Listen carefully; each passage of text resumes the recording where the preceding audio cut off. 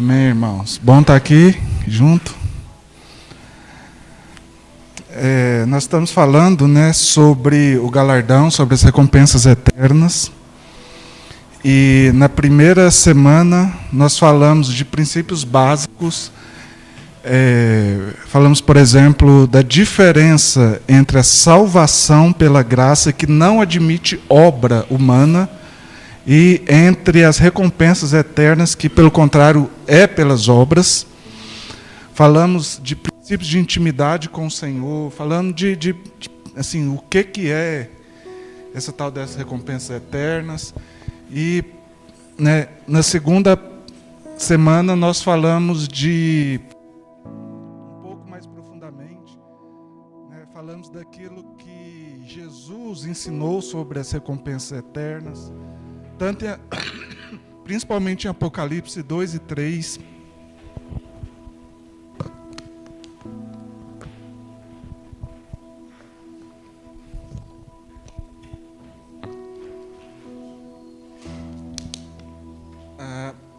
E hoje, então, Apocalipse 2 e 3, nós falamos sobre o maná escondido, sobre a coroa de glória. Nós resumimos dizendo que as recompensas eternas, elas têm 4 características básicas, que é alegria eterna, intimidade eterna, autoridade eterna e glória eterna. E hoje nós vamos falar de edificar sobre o fundamento. Tem o negócio aí, irmão? Então, enquanto o irmão abre o PowerPoint, vamos orar, assim, vamos pedir para Deus trazer a luz dele, trazer a graça dele. Pai, nós clamamos pela tua bênção, Pai, pelo teu maná escondido. Clamamos, Pai, que o Senhor não se limite a PowerPoint, a conhecimento humano, Pai. Se o Senhor quiser, rasga esse PowerPoint, deleta do computador, mas traz o teu slide, a tua vontade, Pai. Nem que a gente fique aqui só clamando, invocando o nome de Jesus. Mas nós queremos aquilo que vem do alto, aquilo que só o Senhor pode trazer. E nós vamos te dar toda a glória e honra em nome de Jesus. Amém. Irmãos, Efésios fala que um dos símbolos da igreja é um edifício. E nós vamos ler aqui 1 Coríntios 3, onde ele fala de pessoas que edificam nessa obra. Pessoas que são chamadas por Deus, na verdade eu e você.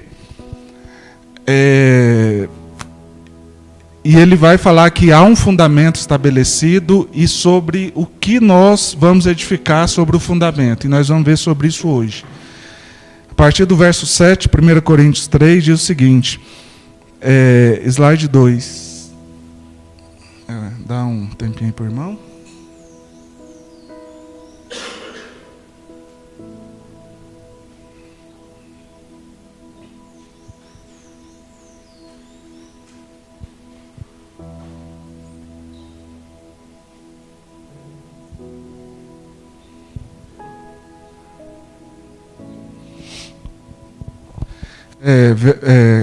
Diz o seguinte, a partir do verso 7: por isso, nem o que planta é alguma coisa, nem o que rega, mas Deus que dá o crescimento.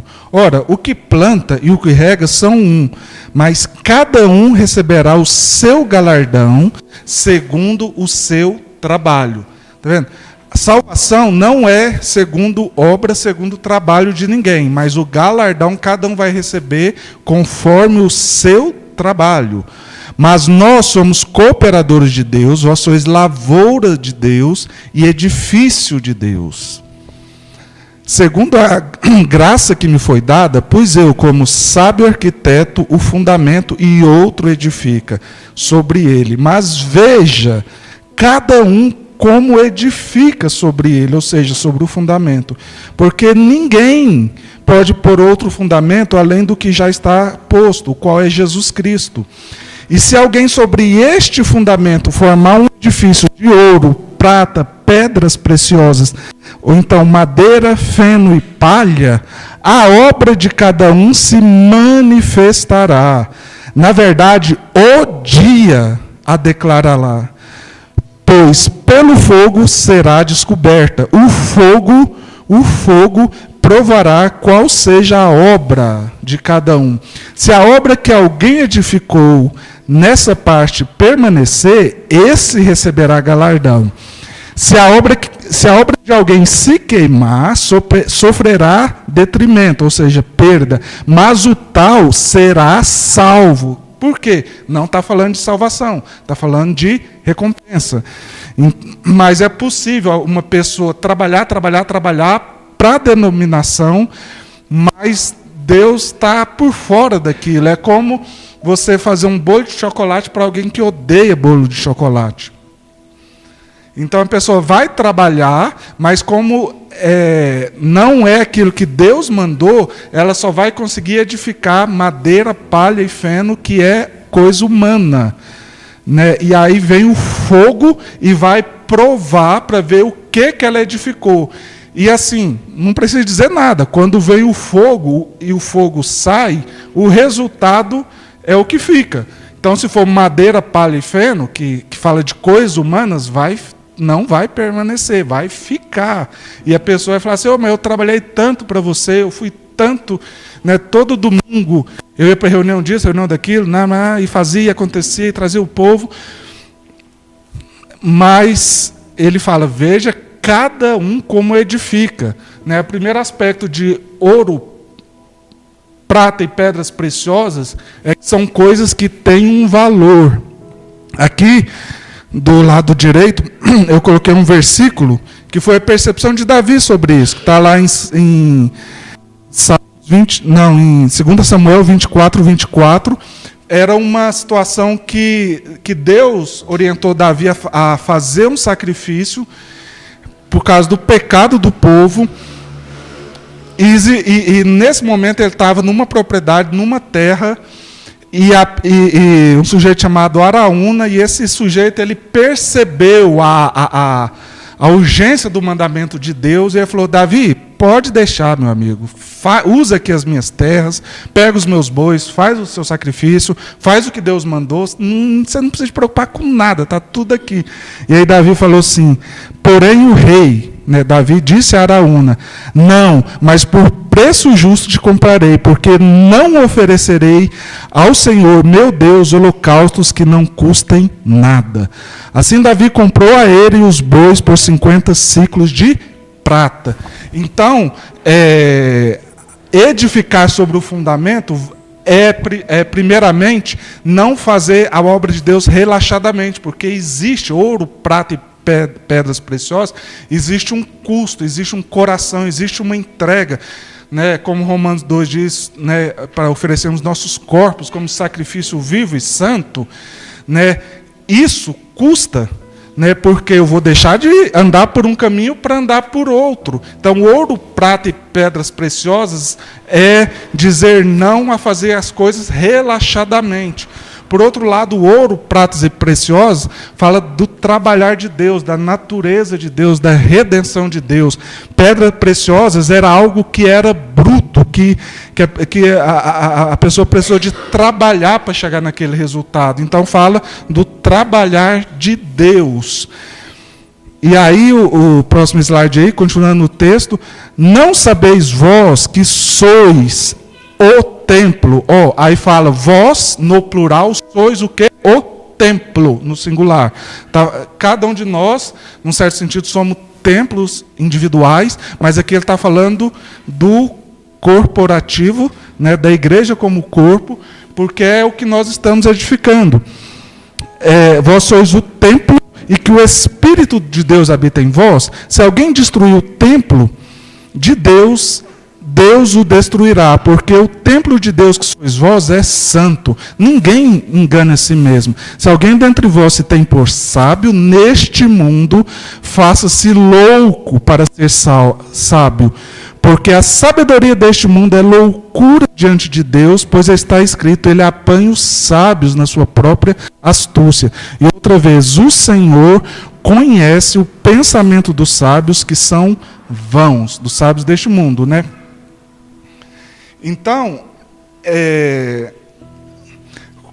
quando fala, cada um veja o que edifica sobre o fundamento, né, fica muito óbvio que é como eu edifico aos meus irmãos com os dons que eu tenho. Cada um tem. Mas é também como eu edifico a mim mesmo. Então são esses dois fundamentos, edificar a si e edificar aos irmãos, porque ninguém pode, né, assim, Jesus falou que o homem não tem nada se do alto não lhe for dado. Então se você não edifica a sua própria vida, como você vai edificar a vida, né, do outro? Porque se você não se edifica, você só vai ter uma coisa para entregar para as pessoas, que é madeira, palha e feno. Mas se você se edifica também, aquilo que está no seu coração, que é ouro, prata e pedras preciosas, você consegue também transmitir. Então nós vamos falar aqui de edificar a si mesmo e edificar aos irmãos, na localidade, obviamente, que Deus nos colocou. Então, slide 4 aí, irmãos. Não está passando?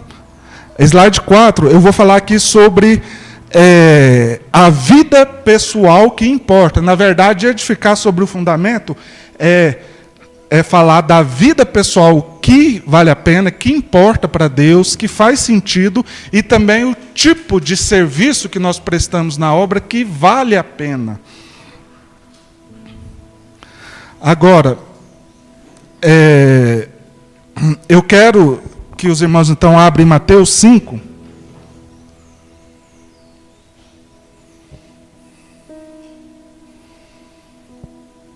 Verso 3.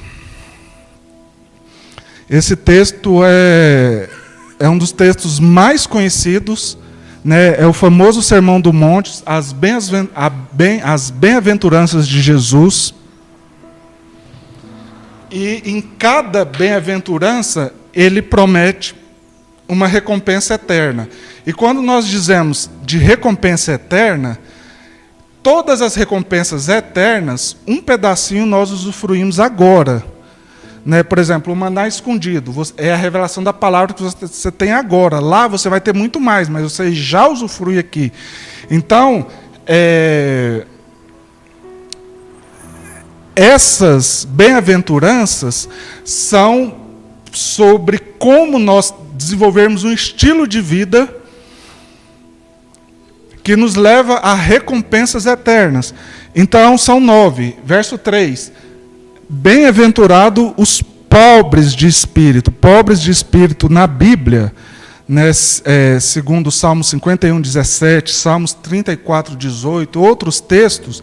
Por exemplo, Salmos 51, 17 diz assim: os sacrifícios para Deus são o espírito quebrantado e um coração quebrantado e contrito não desprezarás, ó Deus. Salmo 34, 18. Perto está o Senhor dos que têm o coração quebrantado e salva os contritos de espírito.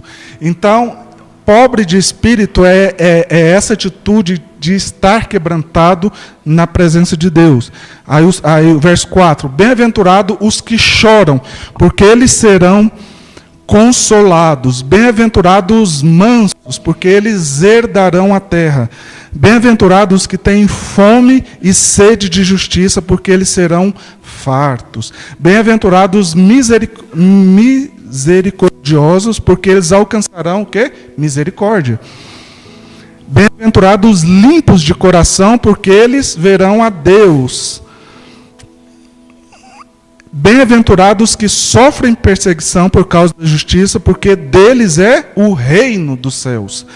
Bem-aventurados sois quando vos injuriarem e perseguirem, e mentindo disserem todo o mal contra vós por minha causa.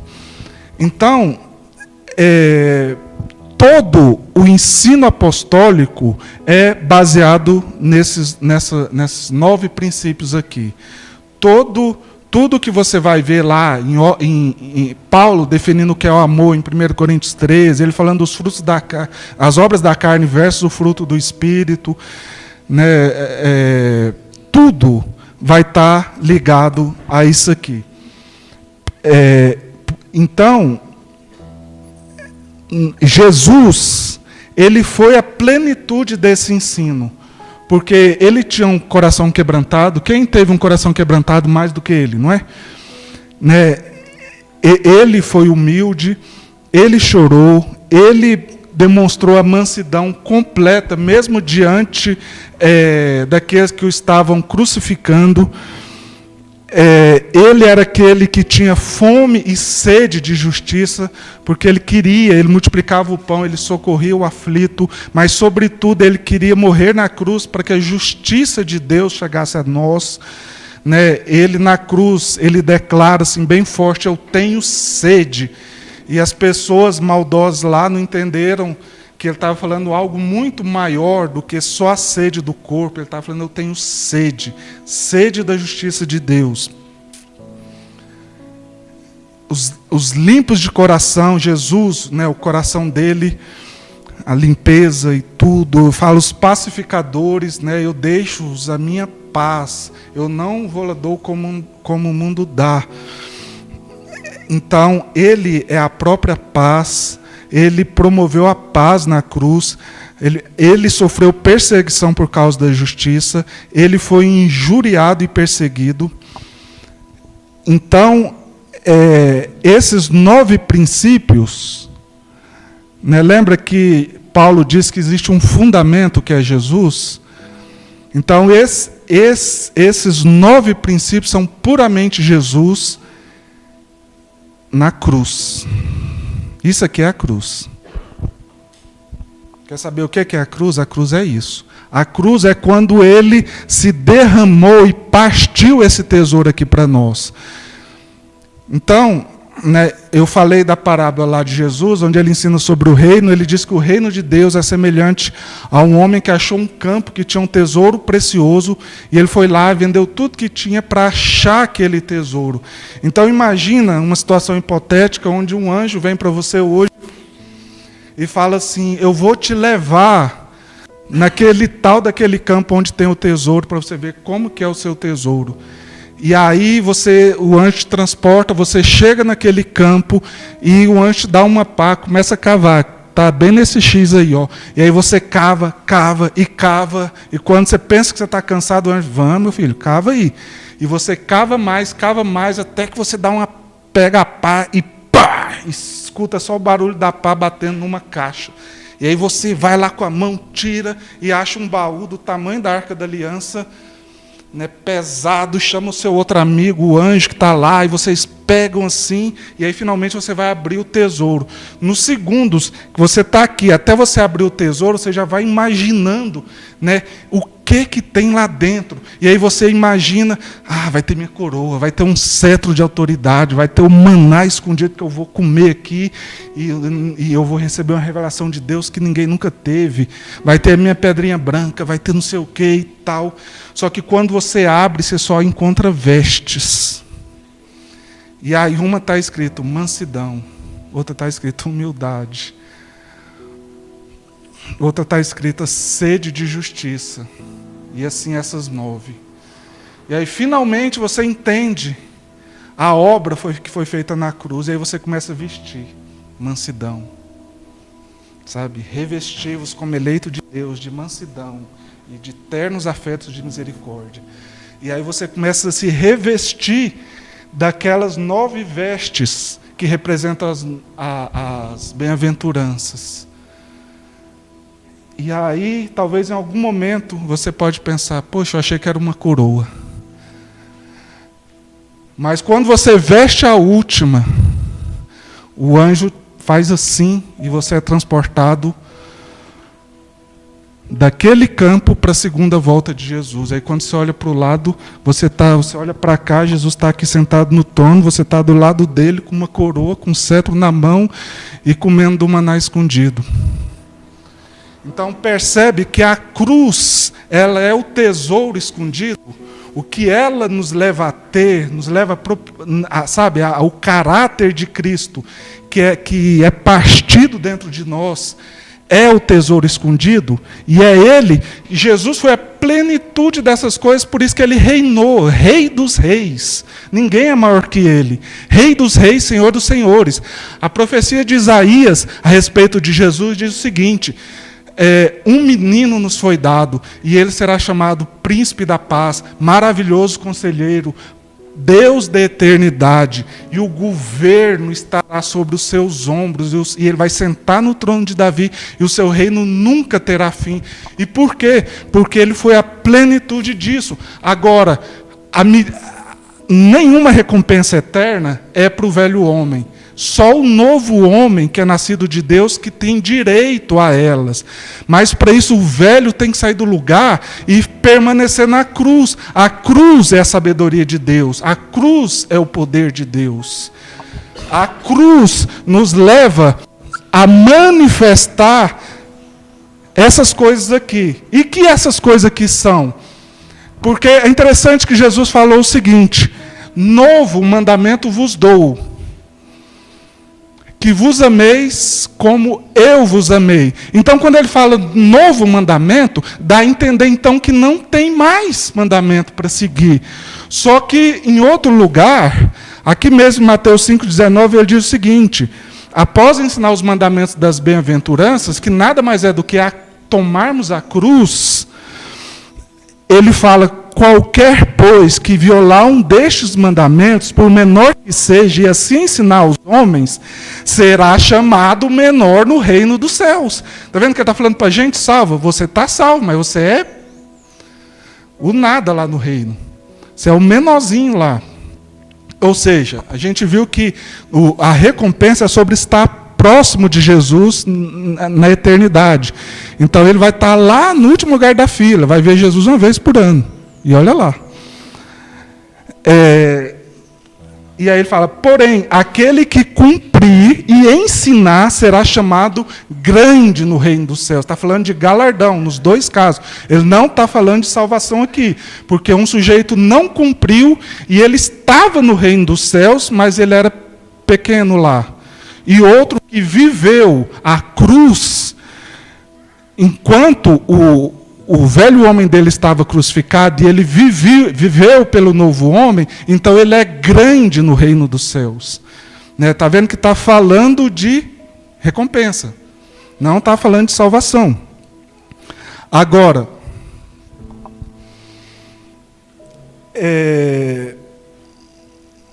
no verso 3, lá de 1 Coríntios 3, que foi o texto que nós lemos inicialmente, ele diz o seguinte: porque ainda sois carnais, pois, havendo entre vós inveja, contendas e divisões, que é o contrário de mansidão, humildade e longanimidade, não sois porventura carnais, e não estáis andando segundo os homens. Então, quando Paulo fala isso, é porque assim, a Bíblia, os escritos de Paulo, eles se tornam mais completos quando a gente lê assim 3, 4 capítulos juntos. Eu vou deixar como tarefa de casa você ler 1 Coríntios de 1 a 4, que você vai entender melhor o contexto aqui. Então, ele está nos chamando para a cruz, porque ele fala assim: eu quando fui ter convosco, eu não quis saber de muita coisa, eu não quis saber de nada, a não ser Cristo e esse crucificado. Então, a vida de edificar sobre o fundamento, edificar tanto a mim como edificar os outros, tem a ver com essa resposta que eu dou para a obra da cruz. Então, esse 1 Coríntios, do capítulo 1 ao 4, é um chamado para a agenda de Deus nas nossas vidas. Deus tem uma agenda, nós temos a nossa agenda, mas Deus tem a agenda dele. Agora, de acordo com a nossa resposta, a agenda dele é que nós vamos sofrer grandes perdas ou grandes ganhos. Então eu quero, então Paulo aqui está nos chamando para a obra da cruz, nos chamando para manifestar as bem-aventuranças que Jesus ensinou. E aí no verso 18 de 1 Coríntios 3, 18 e 19, ele diz o seguinte: ninguém se engane a si mesmo, porque Deus você não engana Eu não engano o Cleves, posso até enganar, mas a mim mesmo não engano. Então ele fala, ninguém se engane a si mesmo. Se alguém dentre vós se tem por sábio, ou seja, se você acha que é sábio, se você quer sabedoria na sua vida, então faça-se louco para ser sábio. Porque a sabedoria deste mundo é loucura diante de Deus, pois está escrito, ele apanha os sábios na sua própria astúcia. Então, o que é a sabedoria do mundo? Hoje a gente vê muito claro que é autorrealização, autossatisfação e autopreservação. Qualquer coisa, qualquer pregação, qualquer chamado, qualquer coisa que sai dessas três coisas é politicamente incorreto hoje em dia. Não pode. O mundo, né, as empresas hoje, as empresas de sucesso, elas têm um paradigma que é elas serem centradas na experiência do cliente, né, o cliente no centro. Então, né, a gente está no auge da sabedoria do mundo tão grande que para uma empresa ter sucesso, ela precisa fazer uma cadeira aqui, colocar o cliente dela no centro e fazer de tudo para ele. Então, essa era. Só que eu falar hoje para pessoas que são focadas em autorrealização, autossatisfação e autopreservação, se eu falar da mensagem da cruz, é loucura. O quê? Mansidão, humildade, longanimidade? Não, é eu, no centro. Minha felicidade. E eu não vou ser feliz, então? É por isso que Paulo fala, né? O que eu estou falando aqui é da sabedoria de Deus versus a sabedoria do mundo. Porque não tem jeito de ter as duas. Nós vamos ter um dia aqui, nós vamos encerrar interromper essa série hoje, vou continuar no ano que vem, mas vai ter um dia que nós vamos falar sobre as duas cidades, que é a Babilônia e a Nova Jerusalém. E todos os princípios por trás dessas duas cidades, ela vai ilustrar a sabedoria de Deus versus a sabedoria do mundo. A cruz versus o homem no centro. Então, só para dar uma introdução, Babilônia começou em Gênesis 11, em Babel. A Bíblia fala que era um vale onde começou a cidade, e eles queriam construir uma cidade para chegar nos céus. E aí, em Gênesis 12, Deus chama Abraão e leva ele para um monte e faz uma aliança. Uma cidade começou no vale e a outra começou no monte. Uma cidade era da terra, dos homens. A Bíblia, Paulo diz que a sabedoria do homem, ela é animal e louca. Como é que fala lá? Você lembra? Ela é animal e louca. Ela é só um instinto de autopreservação. Então, ela é terrena, animal e louca. Assim é a Babilônia, ela é terrena. Só que ela, estando na terra, queria chegar no céu. Lembra, Lúcifer, ele não era, mas ele quis tocar os céus e ser igual a Deus, e Deus o lançou por terra. Mas Jesus, ele estava nos céus. Ele era, mas ele abriu mão de ser e se tornou homem. Ele tornou aquele que não é. Ele se tornou servo. E por isso ele recebeu o nome que está acima de todo nome. Então, nós hoje na nossa teologia, a gente tem muita ideia de querer ir para o céu. Mas veja que a cidade de Deus, ela está nos céus e desce para a terra para estabelecer o reino e o governo de Deus. Mas a cidade do homem, ela é da terra, mas quer tocar os céus. Uma é no monte, e o Salmo 2 diz o seguinte: eu ungirei o meu santo, o meu rei, sobre o monte santo do Senhor. E eu direi a ele: pede-me, e eu te darei as heranças, as nações por herança, e os confins da terra para sua possessão. Esse, ungido, esse o Cristo, o Messias, o que vai reinar, o Rei dos Reis, ele é ungido no Monte Santo do Senhor. Mas quando você vê as referências de Babilônia, tanto lá em Daniel, que tinha a cidade de Babilônia, como a grande Babilônia em Apocalipse, que um dia cai, elas são o império das trevas, elas são no vale, ela não tem o Monte Santo do Senhor.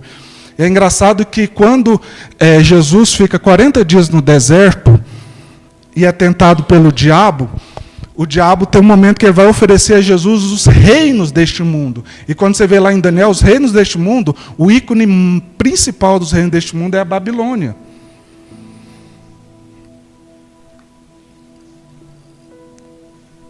E o diabo, o que ele faz? Ele leva Jesus num alto monte. Espera aí, Babilônia não fica no vale? Por que o diabo não levou Jesus no vale? Né? Porque eu estou aqui conhecendo os bairros, eu quero ir lá, andar na rua, ver como é que é, o que tem perto, como é que é bom. Né? Por que se o diabo queria dar os reinos, se o diabo queria dar a Babilônia para Jesus, por que ele não levou ele lá na Babilônia, onde era realmente o vale que ela foi edificada? Porque a estratégia do diabo ele nos dá uma perspectiva dos céus, ele nos leva no monte para, a partir de uma perspectiva religiosa, enxergar como se fosse de Deus, mas a gente está vendo que é dele, é o que a religião faz, percebe isso? Então, eu estou falando a sabedoria de Deus versus a sabedoria do mundo. Nós somos da cidade dos céus que vai ser implantada na terra. Que venha a nós, que venha para cá o teu reino. Assim como é nos céus, que seja na terra. Então, aqui está falando de sabedoria de Deus versus sabedoria do mundo. E nesse texto, Paulo fala sabedoria, sabedoria. E a palavra grega que ele usa é moria, que significa algo estúpido, fora da realidade. Então, o que o mundo olha para a mensagem da cruz isso aí é fora, isso é estúpido, isso é patético. Estou falando aqui da minha própria felicidade, esses caras vêm falando aí de amar o próximo em primeiro lugar. Isso aí é besteira, isso aí é loucura, né? Pateta, isso aí é doido. Mas Deus chama de sabedoria. E Ele chama os princípios da Babilônia de loucura. Mas é em qual agenda, né, que a gente vai estar? Porque a gente vai falar das duas cidades, mas deixa eu te adiantar uma coisa. Não dá para você ter o passaporte das duas. Tem que escolher uma ou outra. Não dá. Eu tenho amigo que está lá em Portugal há muito tempo, ele tem um passaporte português e tem um passaporte brasileiro. Da Babilônia ou da Nova Jerusalém, você tem que escolher. Eu quero esse passaporte, eu quero esse. Não dá para ter os dois. E aí a gente tem um problema, então, que é como eu vou andar com Jesus. Porque Amós 3:3 diz o seguinte: como andarão duas pessoas juntas se eles não concordam? Então, nenhum de nós aqui concorda em tudo. Só que o meu caminhar com o Kleberson, meu caminhar com qualquer um dos irmãos, e com minha esposa, num outro nível, né, de relacionamento, mas assim, são relacionamentos que eu vou mudando, o Kleberson vai mudando, minha esposa vai mudando, o Renan vai mudando, cada um de nós vamos mudando um pouquinho, porque ninguém tem um pão completo. E o edificar-se mutuamente é exatamente isso. É eu ministrar o dom que eu tenho para mudar um pouco e eu ser mudado pelo dom que o irmão tem. Nós vamos mudando. Agora, quando... Isso é normal, isso é saudável. Mas o problema de andar com Jesus é que ele não muda. E não tem jeito. E eu sou totalmente diferente dele. Ou por acaso você acordou hoje pensando assim, 10 maneiras de tornar melhor a vida daqueles que te atormentam? Eu não acordei pensando nisso.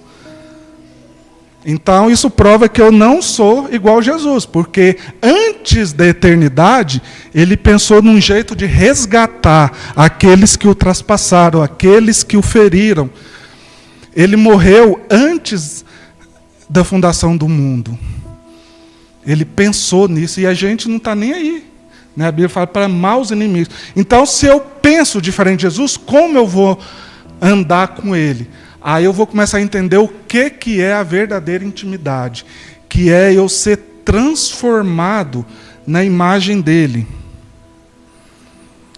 Né? A Bíblia diz em 2 Coríntios 3,18, mas todos nós, com o rosto descoberto, refletindo como o espelho a glória do Senhor, somos transformados de glória em glória na mesma imagem, como pelo meu esforço próprio, não, como pelo Espírito do Senhor. Ele vai nos transformando o nosso pensar. Né? Não tem um cântico antigo assim, né?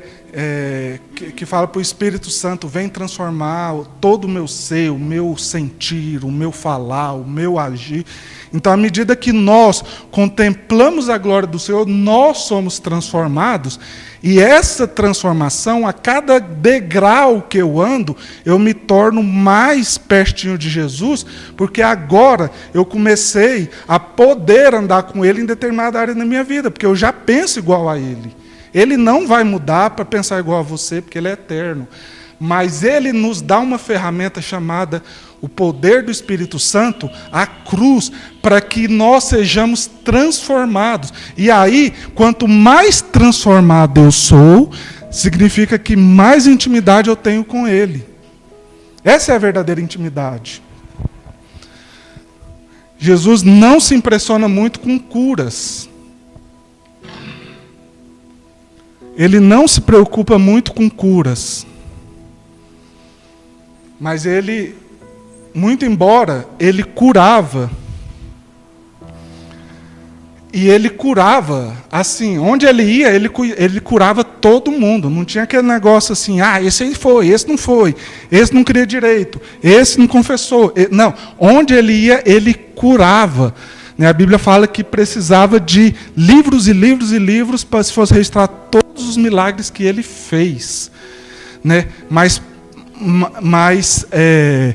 perto da ida dele, ele fala assim, Pai, a obra que o Senhor me designou para fazer, eu fiz.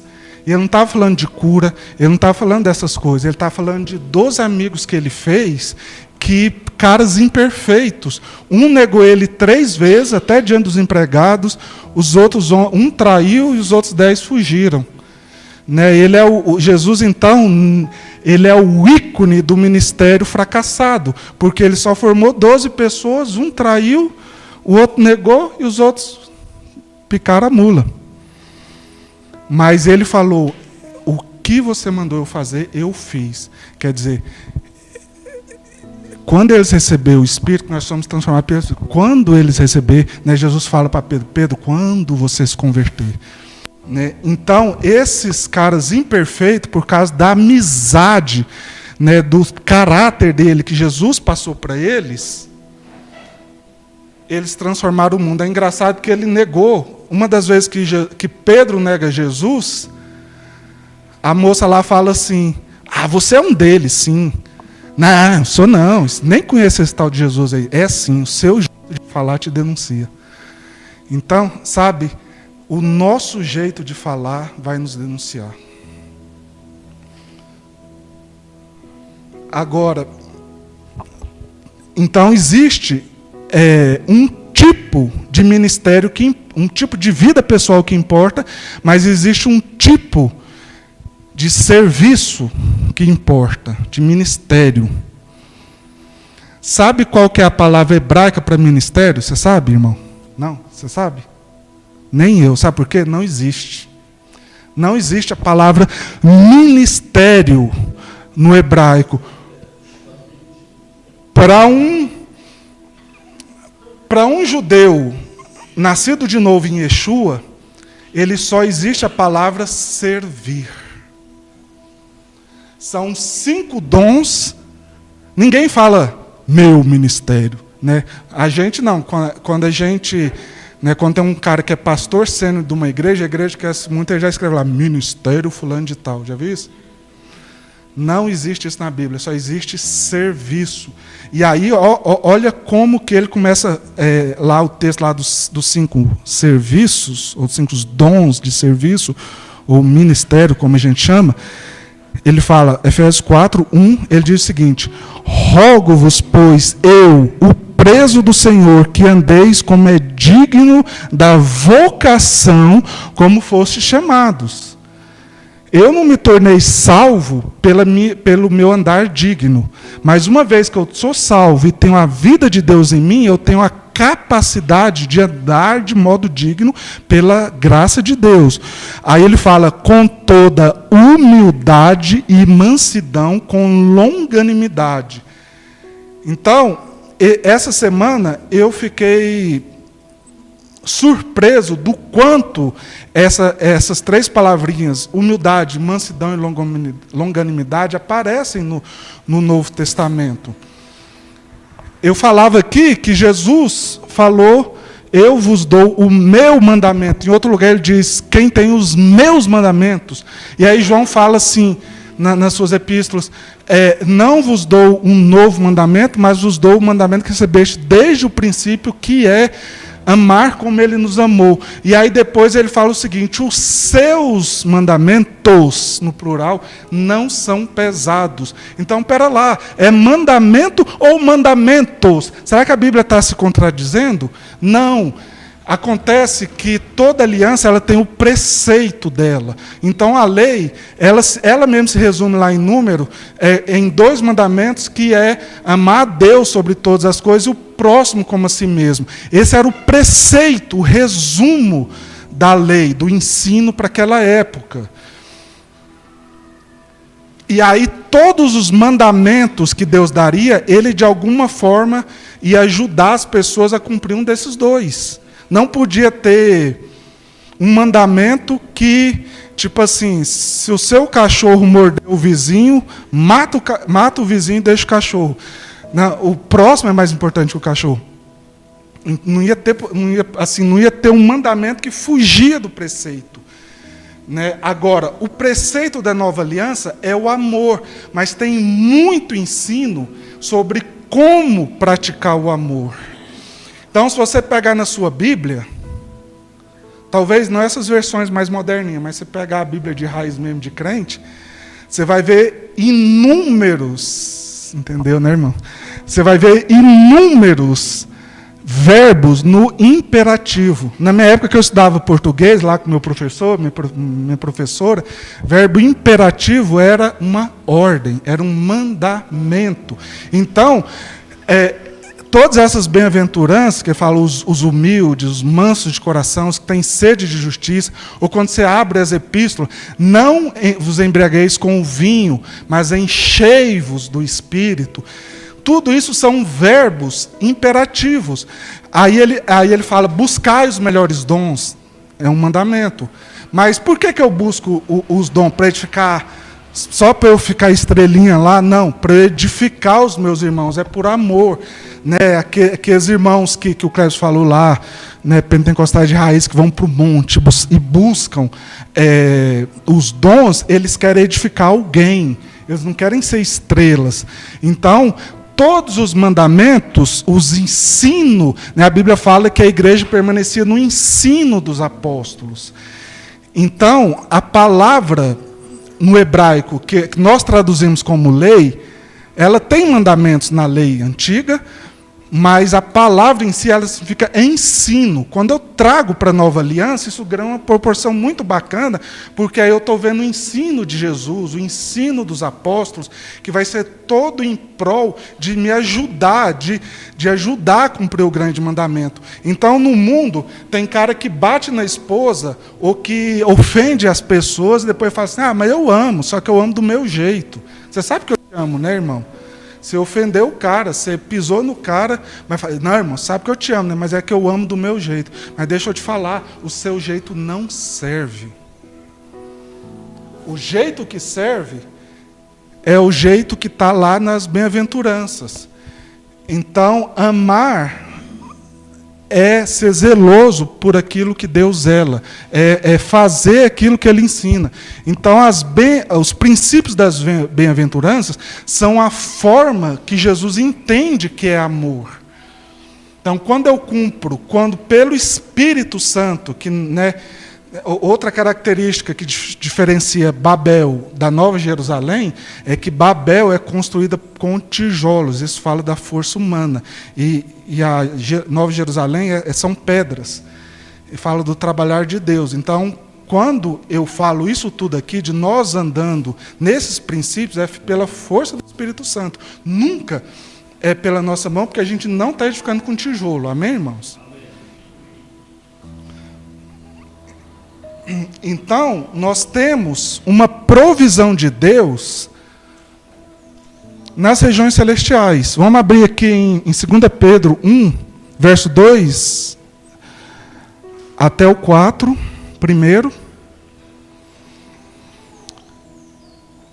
2 Pedro 1.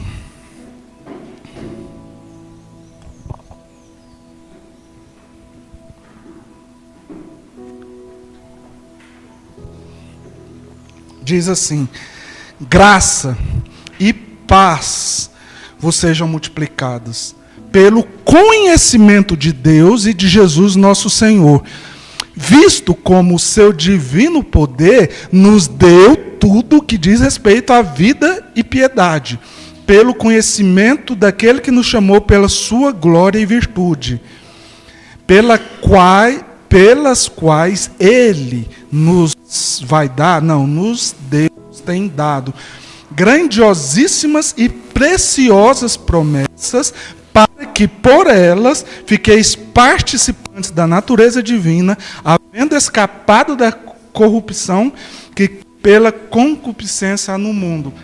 Então ele está falando das regiões celestiais, e que nós temos bênçãos, grandiosas promessas que nos garantem a viver uma vida de piedade, que é a vida lá das bem-aventuranças. Então, as bênçãos, o poder de Deus, a graça de Deus é que vai nos ajudar. Agora, eu vou ficar lá vendo Netflix porque, sabe, assim, uma vida no meu lugar de conforto. Se Deus quiser fazer, Ele vai fazer, não depende de mim. Não, Ele nos deu.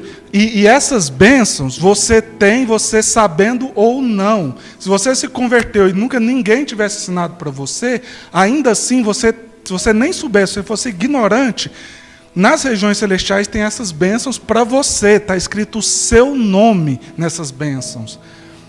Mas da mesma forma, nas regiões celestiais existe um inimigo que vai fazer de tudo para que você não tenha acesso. E ele opera pelo engano. E aí é por isso que lá em Efésios diz que nós temos armas.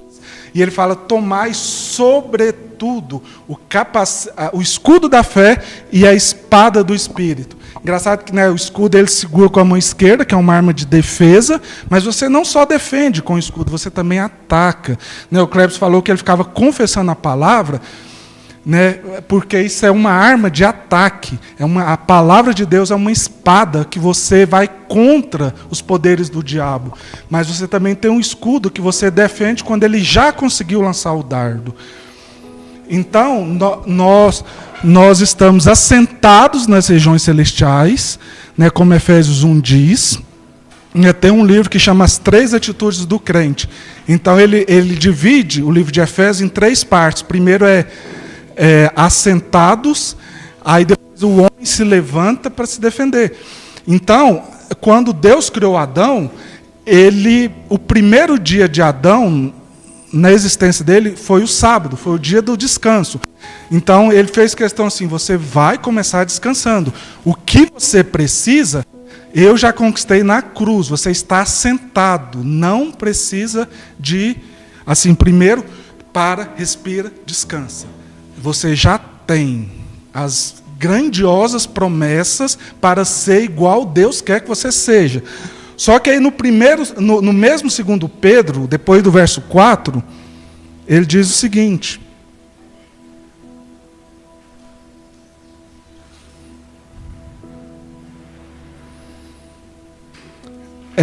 verso 5: E vós também. Fique lá só assistindo Netflix, não precisa nem preocupar com nada, Jesus já conquistou mesmo, fica de boas. Não. E vós também, pondo nisto mesmo. O que é nisto mesmo? As grandiosas promessas. Quando eu falo lá, grandiosas promessas, bênçãos que nós temos, vamos abençoados com toda sorte de bênção espiritual, isso é quando eu quebro a graça em vários... Eu vou entendendo a graça. Ela não só me salvou, mas ela me deu grandiosas promessas para eu viver de acordo com o que Deus quer e pensar como Ele pensa, renovando a minha mente, sendo igual à imagem de Jesus. Então ele fala assim, tem essas promessas? Tem. Então coloque em cima delas toda a sua o quê? Diligência. Diligência é o quê? Eu vou deixar para amanhã? Não, é hoje. Eu só tenho hoje, eu não sei o dia de amanhã. Eu vou fazer de qualquer jeito, relaxadamente, com madeira, palha e feno? Não, é ouro, é prata, é pedras preciosas. Isso vai custar, porque a minha alma não vai querer, o meu corpo não vai querer. Meu espírito está pronto, mas a carne é fraca. Mas eu vou pôr diligência nas promessas, seriedade nas promessas que o Senhor me deu. E aí ele fala o seguinte, que fazendo isso, acrescentai à vossa fé a virtude. O que é a virtude? Poder. E a virtude, conhecimento. Só mental? Não. Intimidade com o Senhor. E ao conhecimento, a temperança, e a temperança, a paciência, e a paciência, a piedade, e a piedade, amor fraternal, e o amor fraternal, a caridade. Porque se em vós houver e abundar essas coisas, não vos deixarão ociosos, nem estéreis no conhecimento de nosso Senhor Jesus Cristo. Né? Nós percebemos que a graça é a vida de Deus que opera no nosso interior. Se você pegar, né, aqui em Curitiba tem muitas árvores, né, muita araucária, você pegar uma araucária daquela, se pudesse cortar, né, e você cavasse lá, você vê que ela tem uma raiz profunda. Aquela raiz faz com que ela extraia da terra os sais minerais que ela precisa e vai se alimentando. E você não vê nada disso, porque é um processo interior. Jesus falou o seguinte, quem crê em mim, do seu interior fluirão rios de água viva. Então isso tudo é interior, é de dentro para fora e ninguém vê. Mas uma coisa nós vemos nas árvores, que é o fruto. Então, o que ele está falando aqui é que se a gente for sério com a graça de Deus, nós vamos ver fruto na nossa vida. O fruto é um sinal da nossa diligência e da nossa fé e do quanto nós nos aplicamos àquilo, o quanto que é importante aqueles tesouros que Deus nos deu. Hoje é mais cedo que acaba, né? Tá. Então... na próxima vez, eu não vou entrar aqui, nós vamos falar das 3 testemunhas, que é o que o Espírito Santo usa para edificar o testemunho de Jesus. Né, ele fala que é a água, o Espírito e o sangue. Nós vamos mergulhar na Bíblia, ver o que isso significa. Mas eu queria ler só mais 3 minutos aqui, irmão.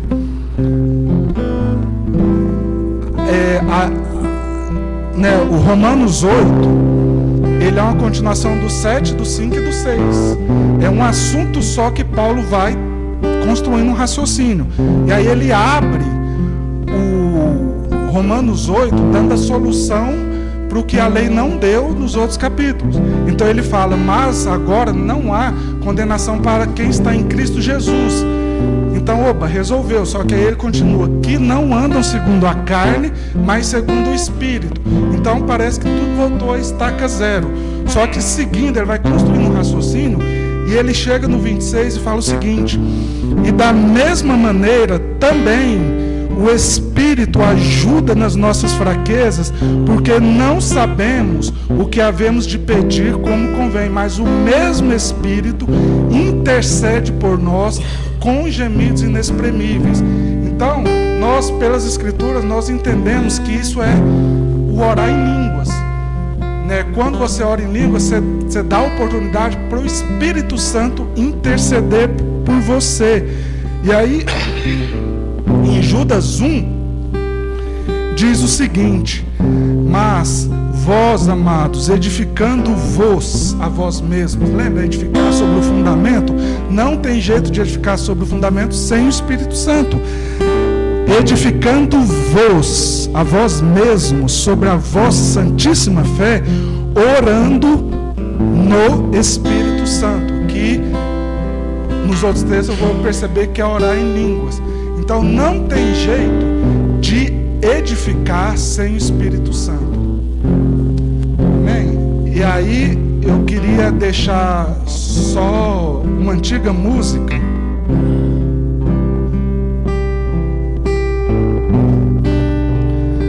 Tem uma música antiga que diz, chama Rude Cruz, lá do hino da harpa lá, que resume assim o que a gente falou. Ele diz o seguinte: rude cruz se erigiu, dela o dia fugiu, como emblema de vergonha e dor. Mas eu contemplo essa cruz, porque nela Jesus deu a vida por mim, pecador. Sim, eu amo a mensagem da cruz, até morrer eu a vou proclamar. Levarei eu também minha cruz, até por uma coroa trocar. Lembra que eu falei? A cruz são aquelas 9 vestes de humildade, mansidão, sabe? Fome e sede de justiça. E quando você achou o tesouro, você achou as vestes. Mas quando você experimentou as vestes, você vai caminhar e vai trocar a cruz por uma coroa de glória. Não existe reino sem a cruz. Amém?